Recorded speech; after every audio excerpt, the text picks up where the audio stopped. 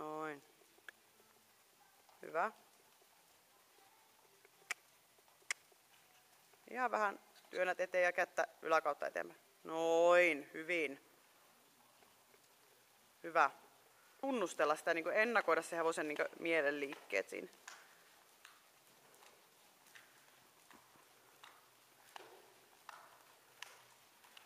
Okei, sit sä voisit ottaa jonkun pätkän laukkaa ihan vaikka vaan ympyrällä.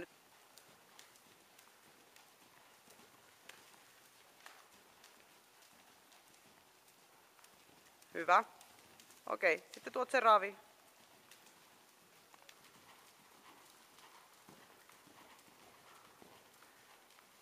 Nyt jäntävänä.